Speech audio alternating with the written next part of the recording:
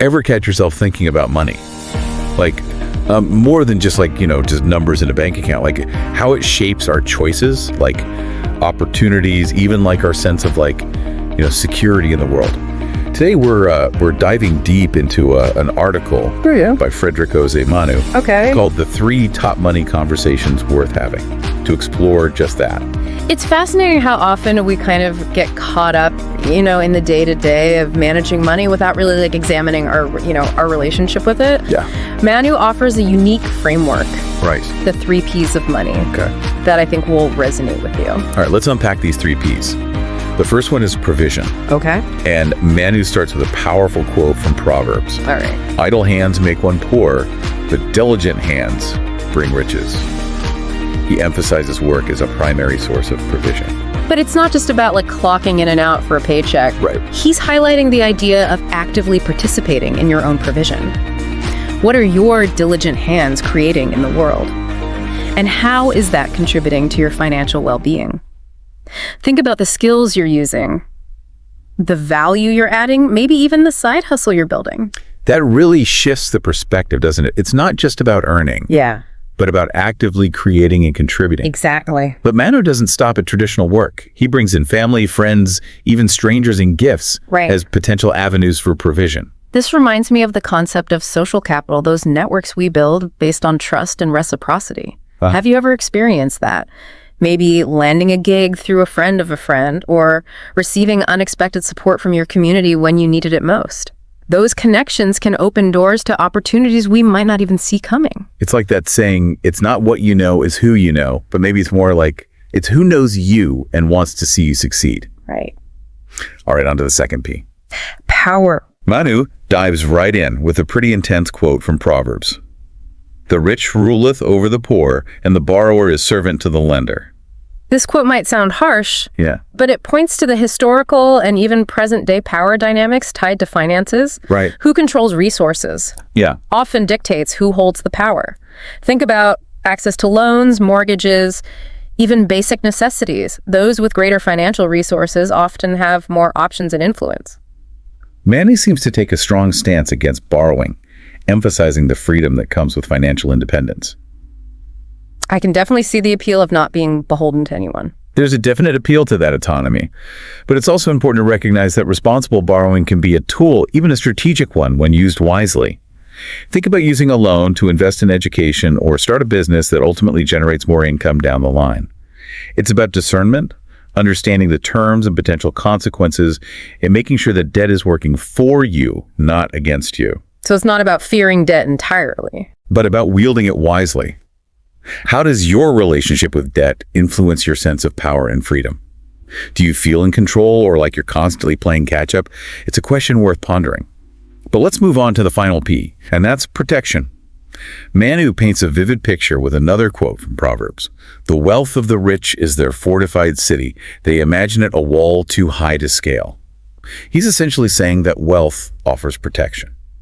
It's a powerful metaphor, right? Imagine a fortified city. Yeah. It has walls, defenses, resources to withstand a siege. When we have financial security, it can provide a similar buffer against life's uncertainties. Maybe it's having an emergency fund to cover unexpected medical bills or enough savings to weather a job loss without panicking. That security can provide immense peace of mind. It's like having that financial cushion allows you to breathe a little easier, to make decisions from a place of stability rather than fear or desperation. Have you ever felt that fortified city effect in your own life, or maybe the lack of it? It's important to remember that wealth in this context isn't just about stacks of cash. Right. It encompasses all the resources that contribute to our resilience, our skills, knowledge, even our support networks. Okay, so we've got these 3 Ps: provision, power, protection. Pretty powerful framework, but how do we actually apply this to our everyday lives? Where do we even begin? I guess that's what we'll be digging into in part 2. Welcome back to our deep dive into the 3 Ps of money: provision, power, and protection. We've laid out this intriguing framework from Frederick Osei-Manu's article, but now let's figure out how we can actually put these concepts into action in our own lives. That's the exciting part. It's one thing to understand the framework, right? But the real magic happens when we start applying it. So let's get tactical. Okay, so where we begin? Maybe with provision. Manu talked about diligent hands creating riches, which really emphasize the role we play in our own financial well-being. Exactly. It's about taking ownership and recognizing that we're not just passive recipients of money.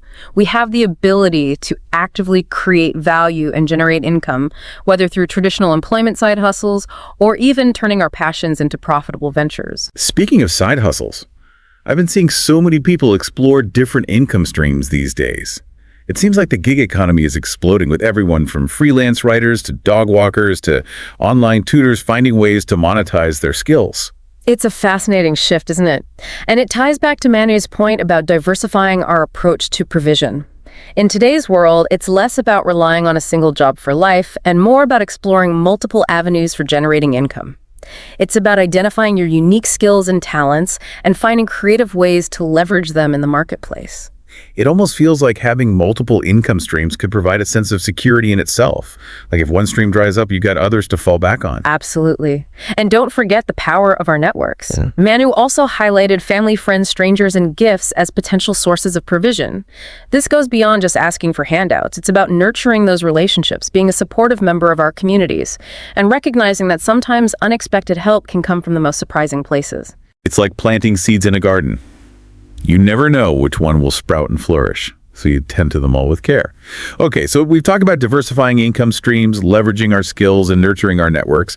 Any other tips for boosting our provision? One crucial aspect is continuous learning and skill development. Think about it, the more we invest in our own knowledge and abilities, the more valuable we become in the marketplace. So whether it's taking online courses, attending industry conferences, or simply reading books and articles related to your field, always be on the lookout for ways to expand your skill set. It's like that saying, invest in yourself. It pays the best dividends. Right. Let's shift gears to power. Manu's strong stance against borrowing sparked some interesting discussion earlier. Yes, that quote about the borrower being servant to the lender really struck a chord. While it might sound extreme, it highlights the potential for debt to erode our sense of agency and freedom. I know for me personally, having credit card debt hanging over my head definitely impacted my choices and made me feel less in control of my finances. It was like this constant weight holding me back. It's a common experience, and while I wouldn't advocate for avoiding debt at all costs, I think it's crucial to approach borrowing with a sense of awareness and discernment. Financial literacy is key here. Understanding how interest rates work, how compound interest can either work for or against you, and knowing how to evaluate different loan options are essential skills for wielding financial power. So it's not just about avoiding debt, but about becoming financially savvy enough to use it strategically when necessary. Precisely. And another crucial aspect of financial power is budgeting.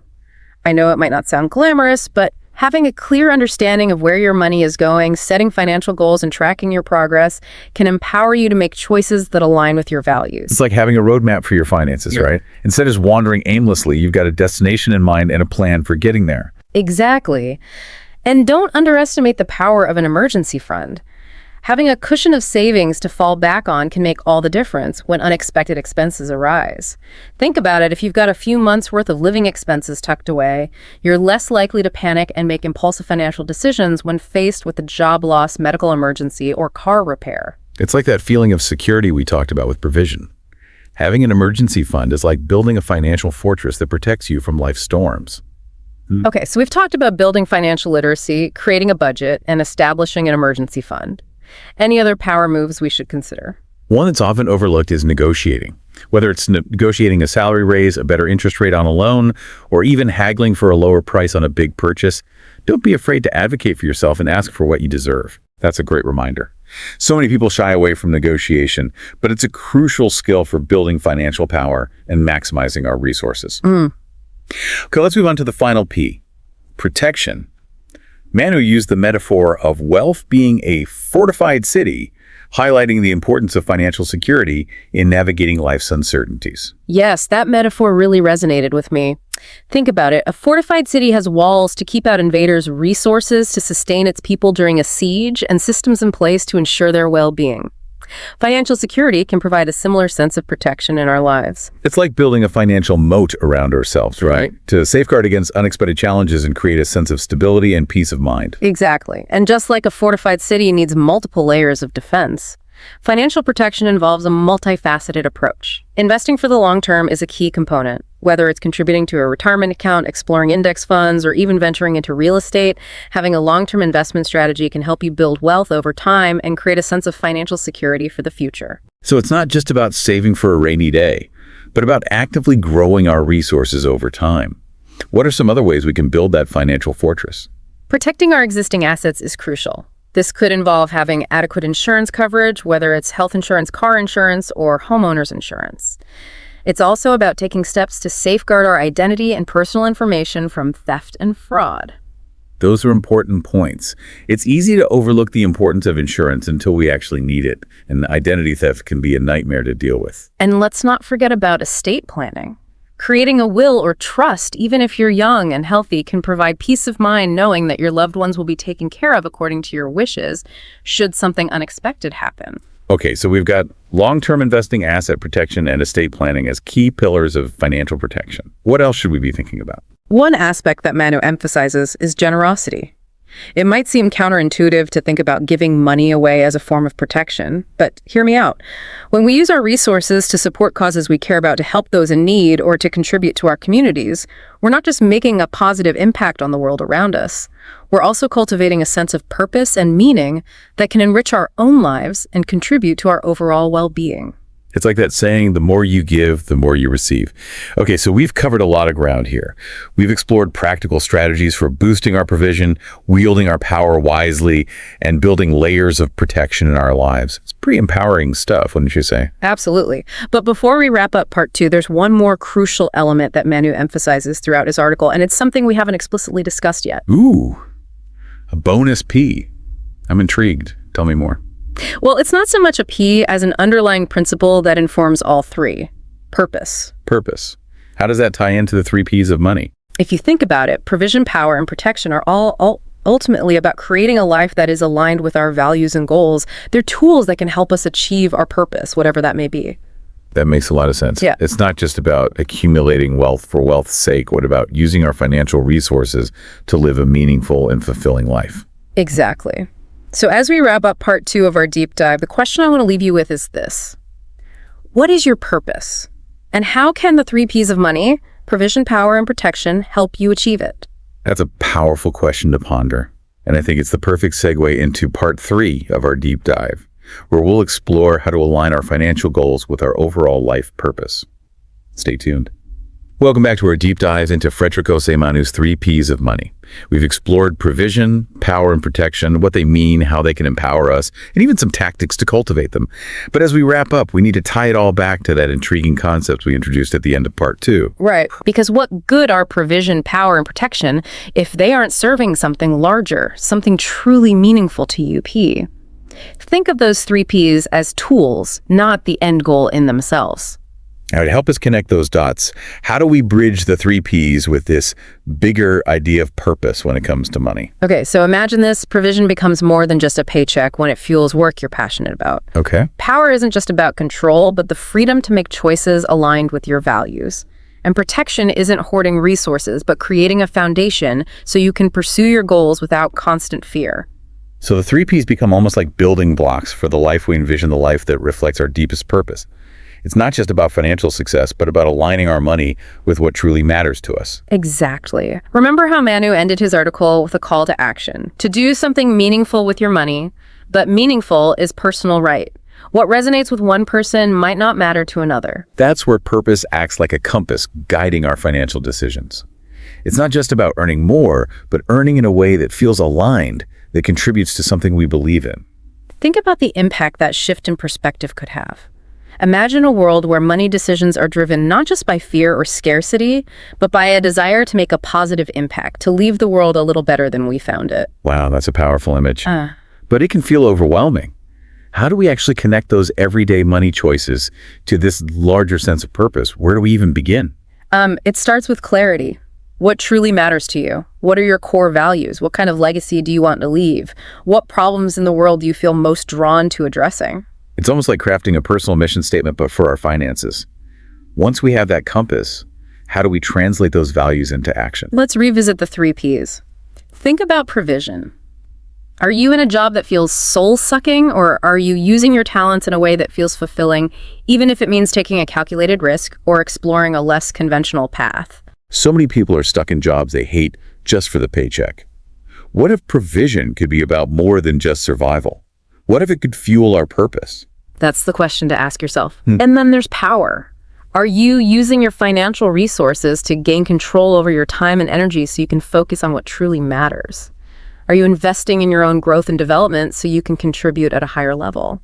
It's not about money for the sake of power, but about using those resources to empower ourselves to live a more purposeful life. And finally, protection. Are you using your resources to create a safety net so you can take risks, pursue your passions, and give back to the world without constant worry? Are you supporting causes and organizations that resonate with your values? It's like we're building that fortress, not to isolate ourselves, but to create a launch pad from which we can make a real difference. Suddenly, managing money becomes about so much more than just the numbers. Beautifully put. The 3 Ps viewed through the lens of purpose become tools for crafting a life of meaning and impact. This deep dive has been truly eye-opening. I'm walking away with a whole new perspective on money, and I'm excited to apply these ideas to my own life. And that's what we hope for. As Manu reminds us, it's time to do something meaningful with our money. So the question I leave you with is this: what meaningful action can you take today, no matter your current financial situation, to cultivate greater provision, power, and protection in service of your unique purpose? That's a challenge we can all take on. Thanks for joining us on this deep dive. Remember, your purpose is out there. Until next time, keep seeking knowledge and keep diving deep.